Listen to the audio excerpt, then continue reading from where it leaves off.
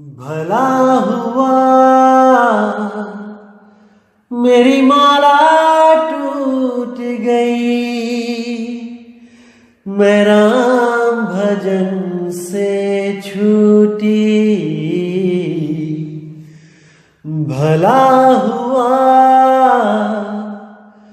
मेरी माला टूट गई, मैं राम भजन से छूटी। मेरे सिर से टली बला, भला हुआ मेरी माला टूट गई, मैं राम भजन से छूटी। मैं राम भजन से छूटी। नमस्कार मेरे प्यारे भाइयों, मेरे परमात्मा के प्यारे जीव हंसों। मैं सदा ही यही चाहूंगा कि आप सब मेरे भाई इतने विवेकी हो जाएं कि आपके सामने कोई भी असत्य रखे और आप क्षण भर भी ना लगाओ उस असत्य को परखने में। एक पल में आप सत्य और असत्य का निर्णय कर दो। मैं यही चाहता हूं।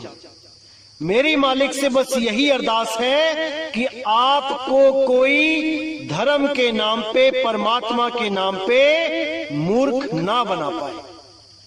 ऐसी कोई चीज ना हो जो आपको ना पता हो। हर चीज क्रिस्टल क्लियर होनी चाहिए, तभी मेरे भाई इस काल के जाल से आप बच पाओगे। अन्यथा ये जितने भी काल के दूत बैठे हैं, ये सब आपको भ्रमित करने के लिए इस दुनिया में आए हैं। लेकिन ये आपके ऊपर डिपेंड है कि आपने भ्रमित होना है कि नहीं होना है। तो मेरे भाइयों, आज आपको एक ऐसा राज खोला जाएगा जिसको जानने के बाद आप समझ पाओगे कि आपके साथ कितना बड़ा धोखा किया जा रहा था। इस 12वें पंथ में कितना मूर्ख बनाया जा रहा था आपको इस 12वें पंथ के कालदूतों द्वारा। लेकिन आज सारा पर्दा उठा दिया जाएगा। अगर आप 1% भी विवेकी होगे, एक पल में समझ जाओगे कि दास कहना क्या चाहता है, क्या बताना चाहता है आपको। दोस्तों, आज का जो सत्संग है वो शब्द और अक्षर में क्या भेद होता है, आज इस पे सत्संग किया जाएगा। क्योंकि आपने देखा है कि कई काल के दूत अक्षर और शब्द में फर्क ही नहीं कर पा रहे हैं। उनको समझ में ही नहीं आ रहा है कि अक्षर किसे कहते हैं और शब्द किसे कहते हैं। उन लोगों को पहली दूसरी कक्षा में जाने की जरूरत है। लेकिन बदकिस्मती से ऐसे अनपढ़ लोग धर्म गुरु बन के बैठ गए हैं। दुनिया को मुक्त कराने के लिए अपनी कमर कस के बैठ गए हैं। जिनको अक्षर और शब्द तक में फर्क नहीं पता, वो मंत्रों के सहारे मुक्ति देने की आशा लगा के बैठ गए हैं। तो आज इसी पे सत्संग किया जाएगा कि क्या होते हैं अक्षर और क्या होते हैं शब्द। तो सबसे पहले गुरु ग्रंथ साहब में अंग नंबर 343 पे बिल्कुल साफ लिखा है कि 52 अक्षर जोरे आन, सकिया न अक्षर एक पहचान। कि ये जितने भी लोग आए इस दुनिया में, जितने भी धर्मगुरु आए, जितने भी ज्ञानी पंडित आए, उन सब ने क्या किया, 52 अक्षर जोरे आन। इस दुनिया में आके 52 अक्षरों को जोड़ जोड़ के एक से एक नया नाम बनाते चले गए। इन्हीं नामों को जपवाते चले गए, इन्हीं 52 अक्षरों को जोड़ जोड़ के। कौन से 52 अक्षर? आ आ ई ई उ उ ये स्वर, और का खा गा घा अंगा चा छा जा जा ये व्यंजन। इन्हीं स्वर और व्यंजनों को जोड़ जोड़ के ये नाम बनाते चले गए। तो यहां साहिब ने साफ बोला कि 52 अक्षर जोरे आन, सकिया ना अक्षर एक पहचान। उस एक अक्षर को कोई नहीं जान पाया जो आदि अक्षर है, जो लिखने बोलने पढ़ने में नहीं आता, जो इन 52 अक्षरों में नहीं आता। लेकिन इन काल के दूतों ने क्या अनुवाद कर दिया इसका कि 52 अक्षर का मतलब होता है संस्कृत के ग्रंथ, यानी वेद हो गए, पुराण हो गए और जितने भी मनुस्मृतियां हो गई, ये जितने भी संस्कृत के ग्रंथ हैं इनमें वो अक्षर नहीं आता। ऐसा बोल के इन्होंने भ्रमित कर दिया। और कौन से अक्षर की बात करी? सोहंग, कि ओम आ जाता है वेदों में भी पुराणों में भी, लेकिन सोहम नहीं आता, सोहंग नहीं आता, ये बोल के इन्होंने इस 52 अक्षरों को तोड़ मरोड़ दिया। इन 52 अक्षरों को घोषित कर दिया कि ये तो संस्कृत भाषा की तरफ इशारा है, संस्कृत भाषा के ग्रंथों की तरफ इशारा है, कि संस्कृत भाषा के ग्रंथों में सोहंग नहीं है, ये केवल कबीर बाणी में मिलेगा। ऐसा भ्रमित कर दिया इन लोगों ने। तो आज दोस्तों आपको इसी भ्रम जाल से बाहर निकालेंगे, और अगर आप में 1% भी विवेक होगा तो आप एक पल में इनकी चोरी पकड़ लेंगे। और जिस काल के दूतों को आप परमात्मा मान के बैठे हैं, आप हमेशा के लिए उनको एक आम जीव समझ के उनसे पीछा छुड़ा लेंगे। नहीं तो जहां वो जा रहे हैं वहीं आपको लेके जाएंगे। इसी 84 में धक्के खाएंगे सब। लेकिन जो बंदी छोड़ के इस मूल ज्ञान को समझ जाएगा वो हमेशा हमेशा के लिए मुक्त हो जाएगा मेरे भाई, मुक्त। अब इन्हीं 52 अक्षरों का प्रमाण गुरु ग्रंथ साहब के ही पेज नंबर 340 पे आप देख सकते हैं कि 52 अक्षर लोक त्रय सब कुछ इन्हीं माही, ए अक्षर खिर जाएंगे ओ अक्षर इनमें नहीं। अब यहां पर भी इन्होंने क्या बोला कि ये 52 अक्षर तो संस्कृत के भाषा के हैं, यानी संस्कृत के ग्रंथों की तरफ इशारा किया जा रहा है। इन संस्कृत के ग्रंथों में वो नाम सोहंग नहीं है, वो तो इनसे परे है, वो अक्षर इनमें नहीं, यानी संस्कृत के ग्रंथों में वो अक्षर नहीं मिलेगा सोहंग। ऐसा मूर्ख बना दिया इन लोगों ने दुनिया को कि लै रबदाना। लेकिन मेरे भाई आज सारे पर्दे खोल दिए जाएंगे, बिल्कुल चिंता नहीं करना आप। इसी में देखिए आगे क्या बोलते हैं, जहां बोल तहां अक्षर आवा, जहां अबोल तहां मन न रहावा, बोल ये बोल मदि है सोई, जस ओ है तस लखे ना कोई। कितना क्लियर कर दिया कि यहां जहां बोल तहां अक्षर आवा, जैसे ही आपके मुंह से कोई भी बोल निकला उसने अक्षर का रूप धारण कर लिया। यह जरूरी नहीं है कि वो संस्कृत भाषा का ही हो, हिंदी, पंजाबी, उर्दू, फारसी, अंग्रेजी, कोई भी अक्षर जैसे ही आपके मुंह से निकला वो अक्षर ही कहलाया, वो 52 अक्षर ही कहलाया, वो 34 अक्षर 36 अक्षर ही कहलाया, वो 26 अक्षर ही कहलाया। अलग अलग भाषाओं में अलग अलग अक्षर होते हैं, गिनती अलग अलग होती है, लेकिन कहलाते सब अक्षर ही हैं। जिसको हम अल्फाबेट भी कह देते हैं, जिसको हम वर्ण इकाई भी कह देते हैं। तो इन्हीं अक्षरों की बात हो रही है यहाँ पे। जहां बोल तहां अक्षर आवा, जहां अबोल तहां मन न रहावा। जहां पर वो अबोल आत्मा का वास है वहां पे मन नहीं रह सकता, मन पहुंच ही नहीं सकता वहां तक, क्योंकि वो 5 तत्व 3 गुण 25 प्रकृति मन माया सबसे परे है। वो आत्मा इन सबसे परे है। तो आज भाइयों इसी भ्रम को खत्म कर दिया जाएगा कि सोहंग अक्षर इन संस्कृत भाषाओं के ग्रंथों में है कि नहीं।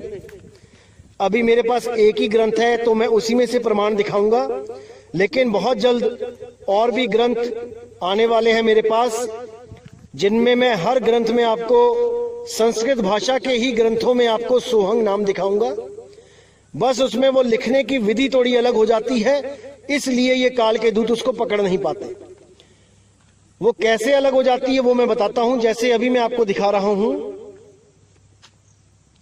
गरुड़ पुराण, तो जब आप उसके पृष्ठ नंबर 238 पे देखेंगे तो वहां पे साफ लिखा है कि हंकारेण बहिर्याति सकारेण विशेष पुनः हंसो हंसेति मंत्रेण जीवो जपति तत्रतः।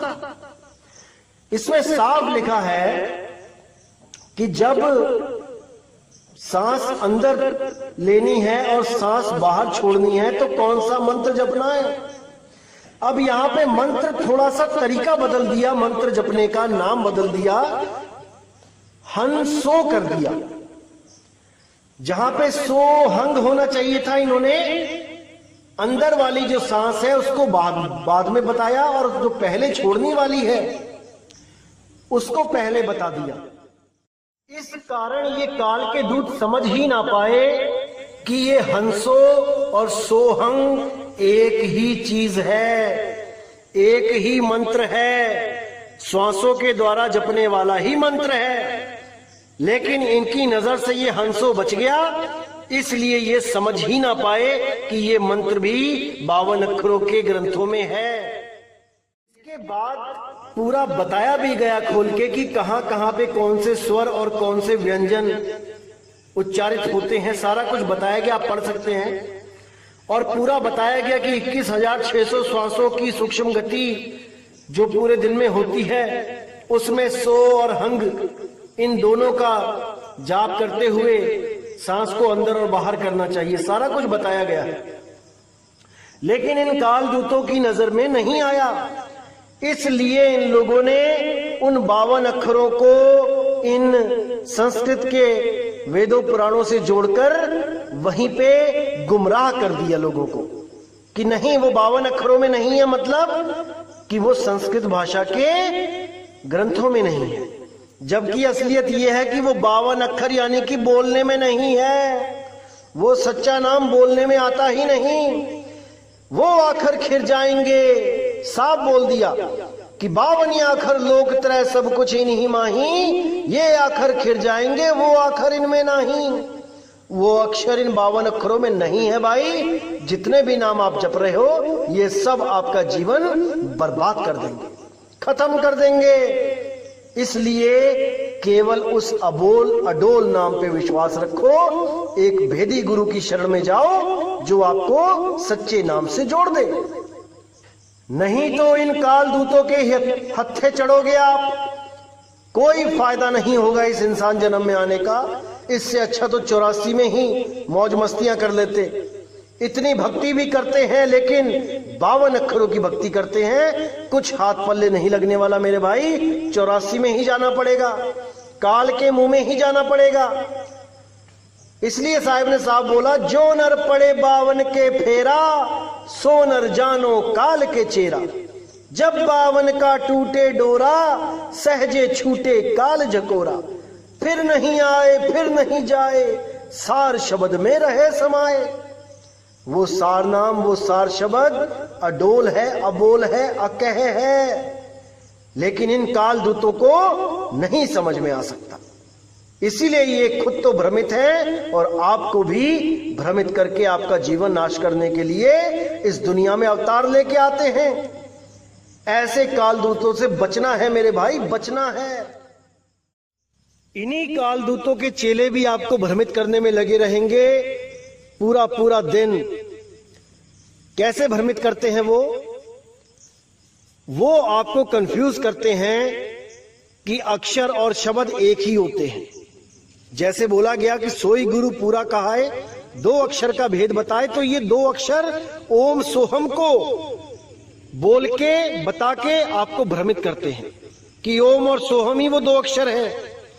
अब इनसे कोई पूछने वाला हो कि कबीर साहब के ग्रंथों में ओम को तो 3 अक्षर का बताया गया है, आ ओम, तो ये लोग क्या कहते हैं कि ऐसा कोई ग्रंथ नहीं है जिसमें कबीर साहब ने ऐसा कुछ बताया हो। ये आपके मन गढ़ंत ग्रंथ हैं, आप खुद इन ग्रंथों की रचना करते हो। ऐसी मूर्खता की बातें करते हैं कि क्या बोलूं मैं इनको। यहां तक कि मैंने कबीर मंसूर भी दिखा दिया इन लोगों को, लेकिन ये लोग मानने को तैयार नहीं है। ये खुद तो काल के मुंह में जाने को बैठे ही हैं। और आप लोगों को ले जाने के लिए भी कोई कसर नहीं छोड़ रहे हैं। इनको इतनी सी बात नहीं समझ में आ रही है, 1000 बार बोल ली मैंने, लेकिन कान पे जूं तक नहीं रेंग रही। अपने उसी अधूरे गुरु के चक्कर में लटके हुए हैं सब कि नहीं, हमारे गुरु ने कहा है ओम और सोहम 2 अक्षर हैं, तो हम इनको शब्द नहीं मान सकते। जबकि कबीर साहब स्वयं अपने ग्रंथों में कह रहे हैं कि ओम 3 अक्षर और सोहम भी 4 अक्षरों का मंत्र है। स ओ ह म सोहम। ये कालदूत आजकल मेरठ में अपना अड्डा लगा के बैठा है, तो मैं इसके साथ जो बात हुई है वो भी डालना चाहूंगा ताकि आप भी सुने। और जो भी मेरे भोले भाले भाई इस कालदूत के पंजे में जो अटके हुए हैं, वो जल्दी से जल्द वहां से आजाद हो और इससे सवाल जवाब करें, इसके ज्ञान को परखें। इस कालदूत को इतना भी नहीं पता कि अक्षर और शब्द में क्या फर्क है, और आप सबकी आत्माओं का ठेका लेके बैठ गया है उनको मुक्त कराने के लिए। अरे भाई, पहले अपना तो कल्याण कर ले, बाकियों का बाद में देख लेना। पहले खुद तो समझ लो कि कबीर साहब क्या कहना चाहते हैं, बाकियों को बाद में समझा लेना। देखो क्या कहते हैं कबीर साहब, आंखें खोल के देखो। तो देखिए यहाँ कितना स्पष्ट लिखा है कबीर मंसूर में, पेज नंबर 1028 पे, कि सो ओम 3 अक्षर आ ओ म के संयोग से बना है। जो कोई इस ओम कार के यथार्थ भेद को समझता हो वही आत्म ज्ञान का अधिकारी हो सकता है। कहे हुए तीनों अक्षर 5 स्वरूपों में प्रकट होते हैं, इस प्रकार से लिखे जाते हैं, अथवा ओम यह इनका यथार्थ स्वरूप है। अब यहाँ पे ओमकार की बात थी, तो ओमकार 5 अक्षरों के द्वारा पंचाक्षर मंत्र कहलाता है, लेकिन यहाँ पर इसका यथार्थ स्वरूप है 3 अक्षर का ओम। अब इतनी सी बात इस कालदूत के समझ में नहीं आ रही और इसने हमें बोल दिया कि ये कौन सा नकली ग्रंथ है। ऐसी व्याख्या कभी कबीर साहब ने नहीं करी। आइए सुनते हैं इसी की जुबानी। और ये कौन से नकली शास्त्र में से दिखा रहे हो ये प्रमाण?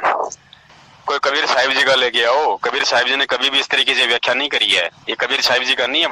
कोई तुम्हारा छापा हुआ नकली कबीर मंसूर लगता है, परमात्मा वाला कबीर मंसूर नहीं है, क्योंकि परमेश्वर ने इस तरीके से व्याख्या ना कभी की है, आज तक का इतिहास है, उठा के देख लो कभी भी। सत साहिब।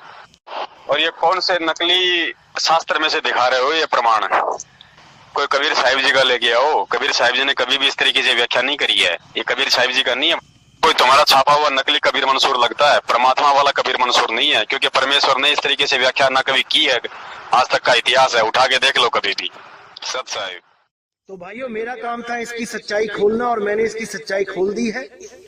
अब आप देखिए कि आपने इसके चंगुल में फंसे रहना है कि परमात्मा के मूल ज्ञान को समझ के आगे बढ़ जाना है, इन लोगों को छोड़ देना है।